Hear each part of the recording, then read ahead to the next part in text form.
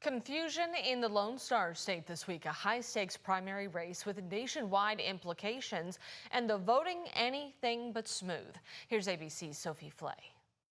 Chaos at the polls across Texas in a primary that could help determine control of the U.S. Senate.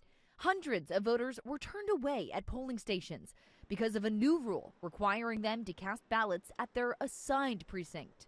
Confusion and long lines prompted a judge to extend polling hours. But Attorney General Ken Paxton, who's running in the Republican Senate primary, got the Texas Supreme Court to overturn that order and separate any votes cast after 7 p.m.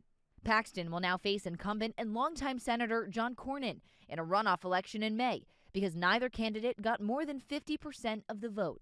Some Republican leaders claim a victory by Paxton, a MAGA supporter who's faced multiple scandals, could make the seat vulnerable to a Democratic win in November. I refuse to allow a flawed, self-centered, and shameless candidate like Ken Paxton risk everything we've worked so hard to build over these many years. Cornyn and his supporters reportedly spent a record $71 million on advertising.